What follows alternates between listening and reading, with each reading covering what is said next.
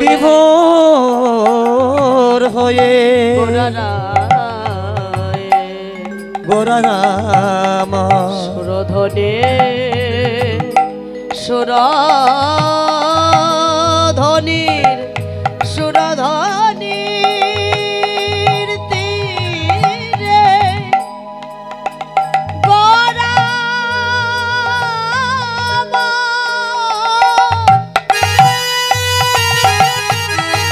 সুরধনির তীরে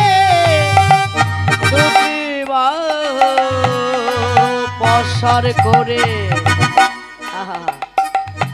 হরি নামে প্রেমে বিভোর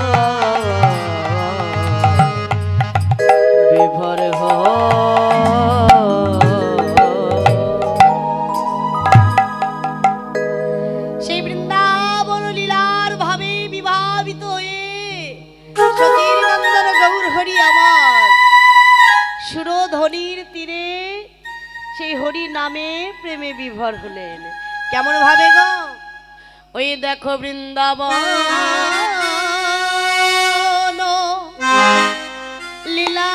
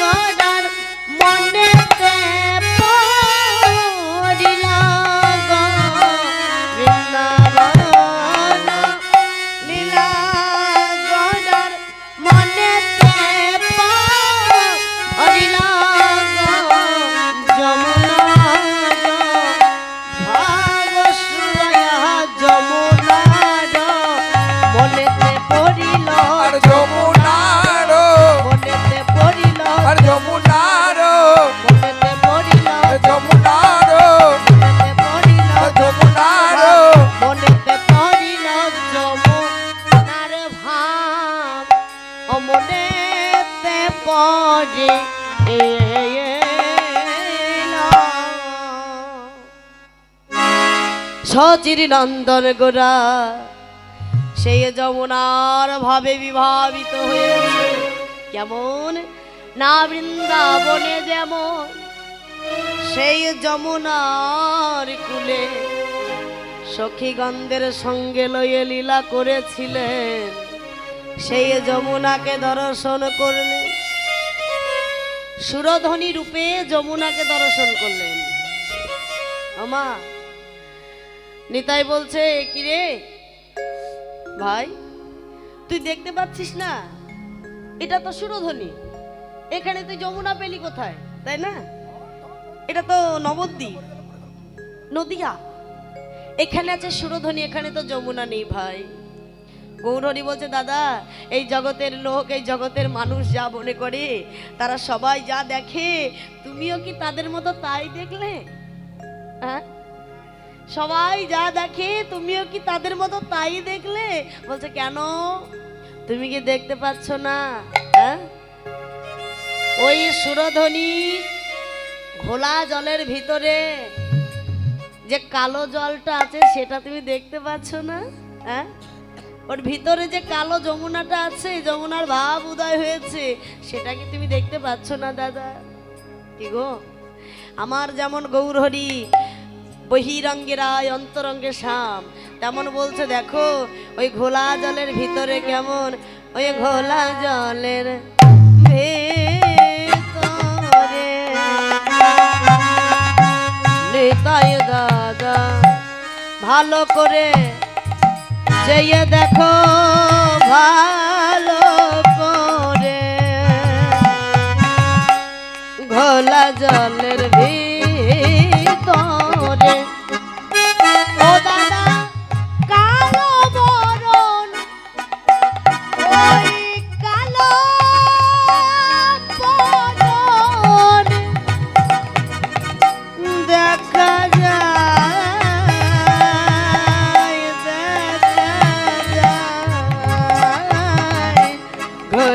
জলের ভিতরে কালো বদন দেখা যায়।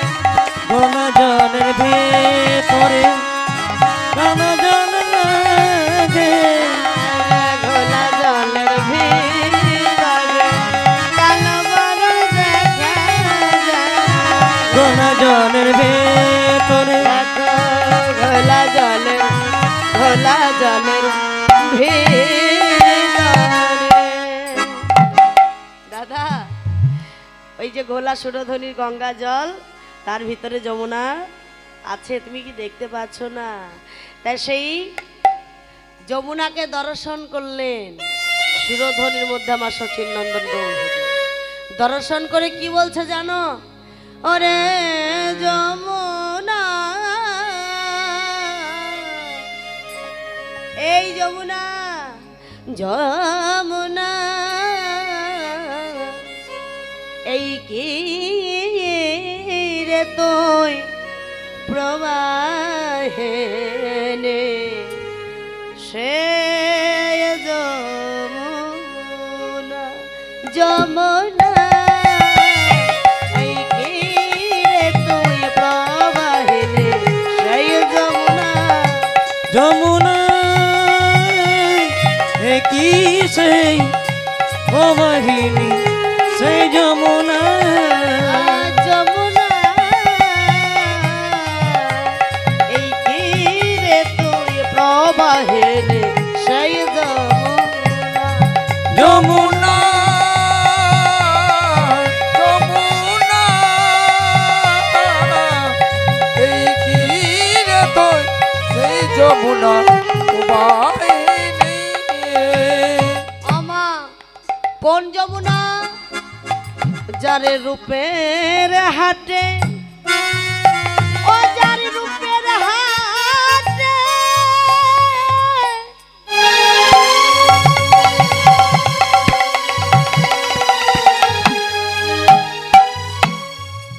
ও যার রূপের হাটে, ওই বিশাল তটে বিকাইত নীলকান্ত মনে, রূপের হাটে, ও যার রূপের হাটে, ও যার রূপের হাটে বিশাল তটে বিকাইত নীলকান্ত মনে, যমুনা এই কি রে তুই প্রবাহিনী, সেই যমুনা। যমুনা এই কি সেই প্রবাহিনী, সেই যমুনা। তুই যদি সেই যমুনা হবি, তাহলে আমার একটা কথা বলতো, একবার আমাকে বলতো, কোথায় চারু চন্দ্রাবলি,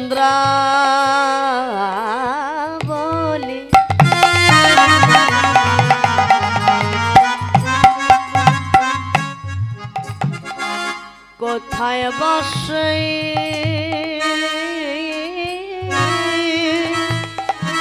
জলকে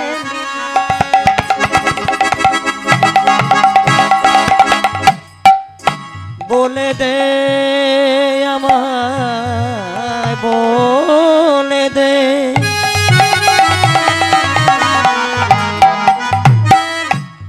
ও গো যমুনা, যমুনা যমুনা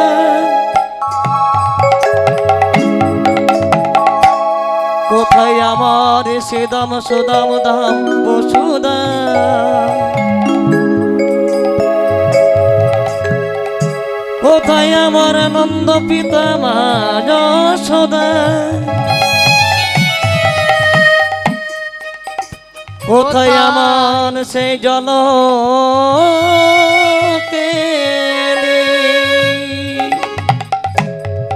আমার কোথায় চারু চন্দ্রাবলি,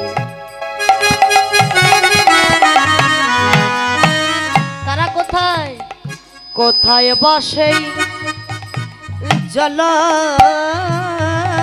কেলি,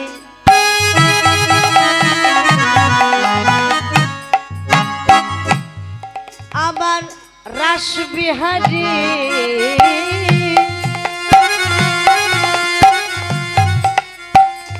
রাসবিহারী আবার রাসবিহারী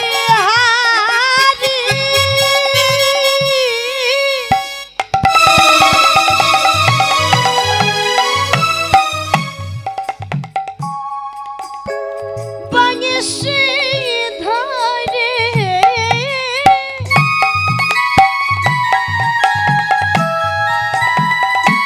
আমার রাসবিহারী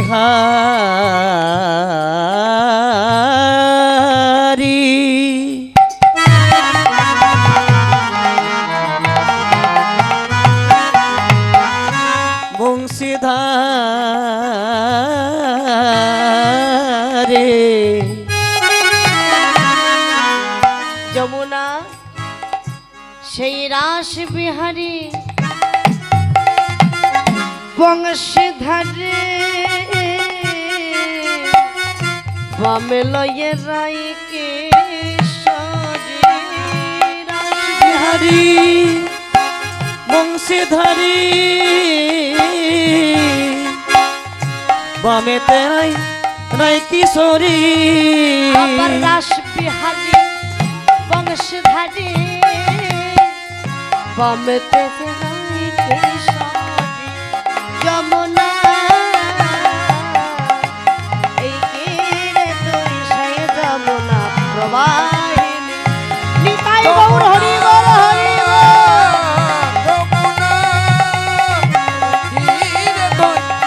যমুনা প্রবাহিনী যমুনা যমুনা একই যেই প্রবাহিনী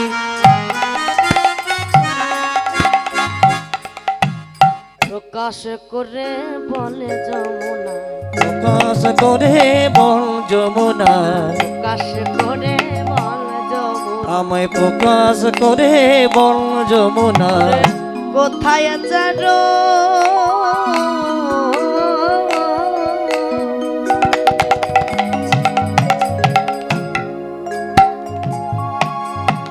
চন্দ্রাবলী প্রকাশ করে বলে যমুনা কোথায় চারু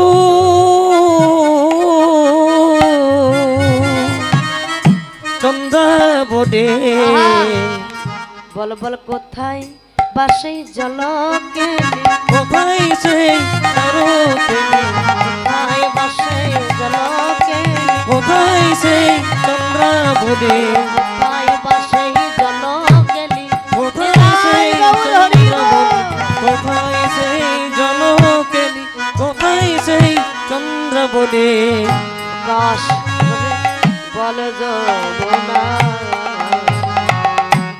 যমুনা একবার প্রকাশ করে বল তারা কোথায় মধুমাখা হরিনাম করিতে করিতে আমার মাঝে মাঝে হরিনাম প্রেম নাম কৃষ্ণ নাম আমা আপনাদের কিন্তু গ্রামে গঞ্জে প্রায় সব জায়গাতেই এখন মাঝে মাঝে হরিনাম কীর্তন প্রায় সব জায়গাতেই হচ্ছে। তো এই প্রেম নামে বিভোর হয়ে হরিনাম মধুমাখা নামে বিভোর হয়ে আমার সচিরনন্দন গৌর হরি আমার সুরধ্বনির তীরে যেতে যেতে কি করেছিল জানো? হঠাৎ একটা ফুলবন দর্শন করেছে, সুন্দর ফুলের বন দর্শন করেছে। দর্শন করে মনে মনে ভাবছে বাবা আহারে, তবে কি এটাই আমার সেই মধুময় বৃন্দাবন? হ্যাঁ এই তোই আছে সেই যমুনা, হ্যাঁ সেই যমুনা। তাহলে এই কি সেই মধুর বৃন্দাবন? হ্যাঁ কি গো মাইরা, ভাবে বিভোর হয়েছে বাবা। ভাবতে এক প্রকার নয় গো, কথাই বলে যার যেমন ভাব তার তেমন লাভ। ভাব না থাকলে লাভ করা খুব কঠিন। তো ভাব কিন্তু এক প্রকার নয়, ভাব হলো দুই প্রকার। কি? এক হচ্ছে রুদ্র ভাব আর এক হচ্ছে অধিরুদ্র ভাব। রুদ্র ভাব অর্থাৎ কেবলমাত্র ভাবের অঙ্কুর হয়েছে, আর অধিরুদ্র ভাব অর্থাৎ ভাবে বিভোর হয়ে গেছে। সচির নন্দন গৌরহরি আমার ভাবে বিভোর হয়ে গেছে গো। ভাবে বিভোর হয়ে ফুলবনকে দর্শন করে বলছে, এই কি সেই মধুর বৃন্দাবন? কি গো, ভাবে বিভোর না হলে কি হয়? হরিবল হরিবল। তো মায়েরা, সচিন নন্দন গৌরহরি আমার ফুলাবনকে দর্শন করে বলে উঠলেন, ফুলাবন হরি বৃন্দা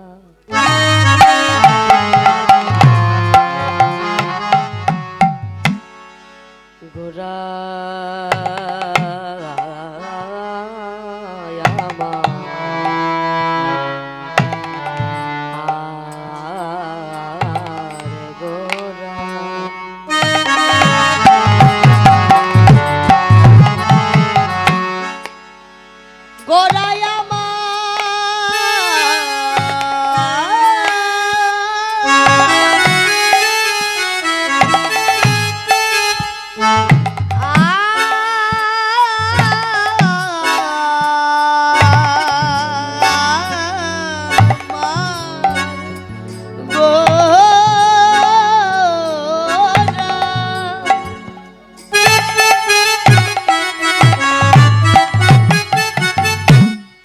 আমার আমার ভাব নিধি গোরা,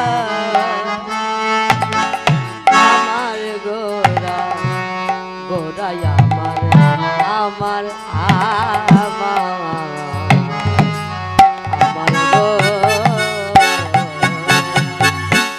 ফুলবন দেখে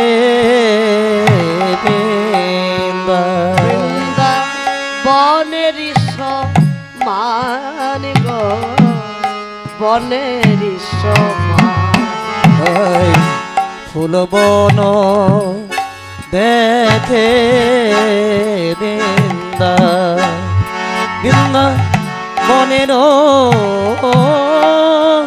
সমান গো, বৃন্দা বনের সমান। আবার সহচর ও মায়েরা, সঙ্গে যারা সহচরগণ আছে, সেই সহচরগণকে দর্শন করে তিনি কি দেখছে জানেন? এই সহচরের গণে তিনি দেখতে পাচ্ছে সেই ব্রজের গোপীগণকে। কি গো মায়েরা, বুঝতে পারছেন তো?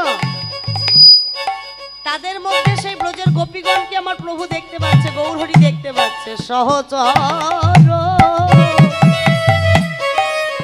ওই আবার গণ গোপী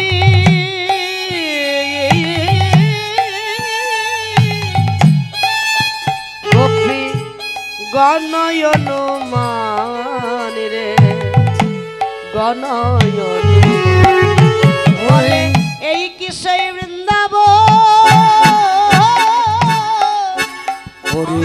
এই কি সেই বৃন্দাবন, এই কি সেই বৃন্দাবন, এই কি সেই বৃন্দাবন, আমার এই কি সেই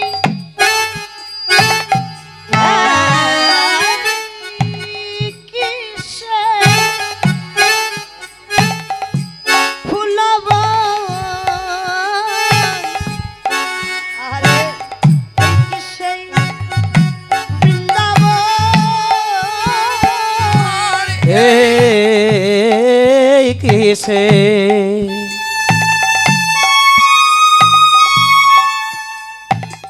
ফুলব এই কি আমার বৃন্দাবন, এই কিসে ফুলব এই মধুর বৃন্দাবন, এই কিসে ফুলব এই কিসে বৃন্দাবন, এই কিসে ফুলব এই মধুর বৃন্দাবন, প্রেমানন্দ নিতাই গৌর হরি বল।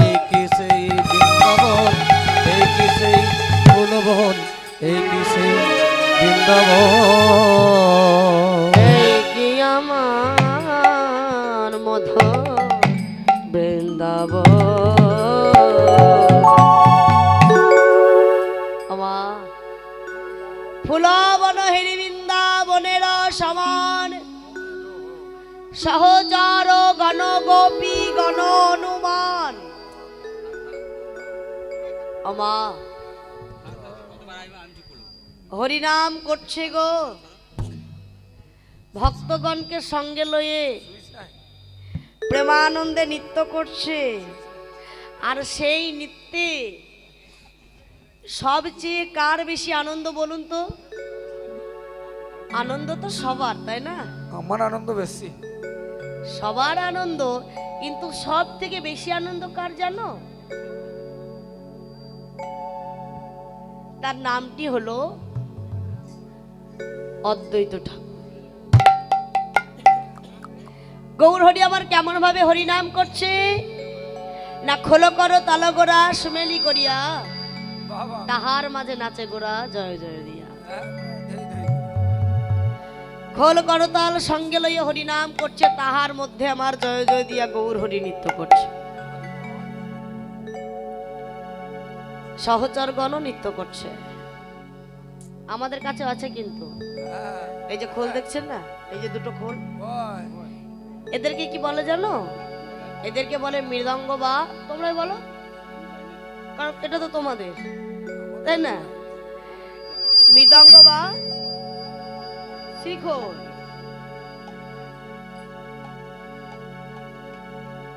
এটা কিন্তু একটা মৃত্তিকা তৈরি। এই যে দলগুলো দেখছেন না, এই দলগুলোকে বলা হয় ভক্ত স্বরূপ। আর যে দক্ষিণ দিকে দেখাও, ভালো করে দেখাও, দক্ষিণ দিকে কালো রঙের যে চন্দ্রাকার দেখাও সবাইকে, দেখাও দেখাও। হ্যাঁ, এটাকে বলা হয় কৃষ্ণ স্বরূপ। আহ, আর যে বাম দিকে রাধা স্বরূপ, যাকে বলা হয় লাল রঙের চন্দ্রাকার, একে বলা হয় রাধা স্বরূপ। তে রাধা কৃষ্ণ ভক্তগণ সকলেই তো আছে গো। এই সুন্দর খোল কি বলছে জানো? এই সুন্দর খোলটি বলে ধিকতাং ধিকতাং কথায়তি নিত্যরাং কীর্তন শ্রীমৃদঙ্গ, তাই না? ধিকতাং ধিকতাং কথায়তি নিত্যরাং কীর্তন শ্রীমৃদঙ্গ।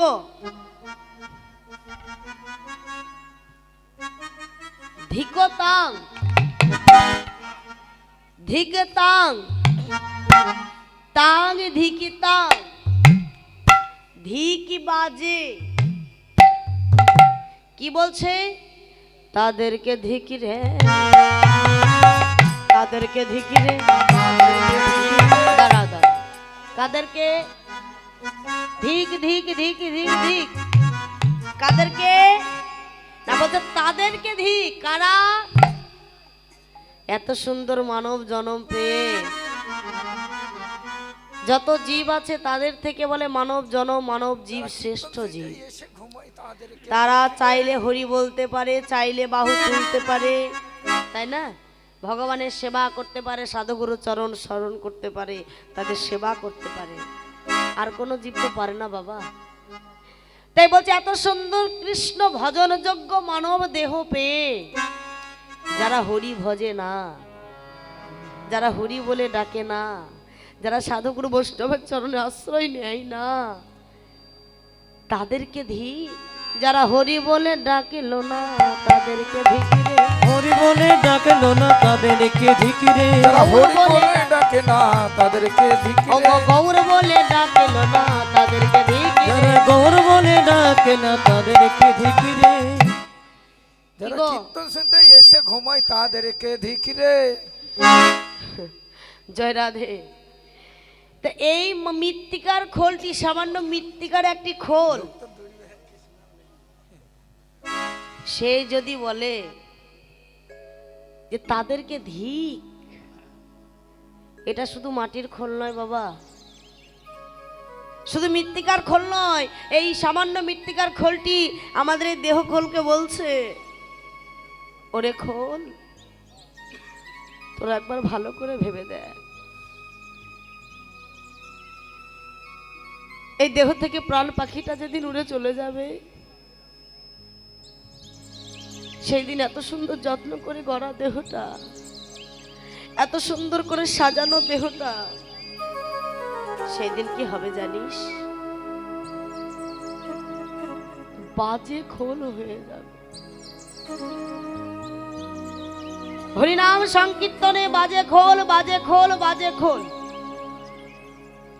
বাজে খোল নয়, শুধু বাজে খোল নয়, যেদিন প্রাণ পাখিটা এই দেহ থেকে চলে যাবে, সেই দিন এত সুন্দর করে সাজানো গোছানো দেহটা বাজে খোলে পরিণত হয়ে যাবে, সেই দিন আর কোনো কাজে লাগবে না।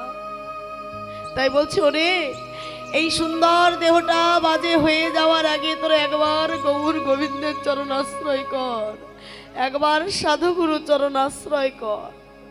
কেন জানিস? কারণ তাদের চরণ ধুলা বিনা, তাদের কৃপা বিনা গোবিন্দ কৃপা যে হবে না। তাই মাগো, সাধুগুরু চরণে আশ্রয় নিয়ে এই যে সংসার বিষয় বৈভব আমাদেরকে প্রার্থনা করতে হবে, কামনা করতে হবে, দয়াময় তুমি একবার কৃপা করো, তুমি একবার দয়া করো। কেন জানো? এখন আমাদের সবাই ভালোবাসে, কিন্তু প্রাণ পাখিটা যেদিন চলে যাবে, সেদিন আর কেউ ভালোবাসবে না। এই দেহ থেকে প্রাণ পাখিটা চলে গেলে সেই দিন আর কেউ আমার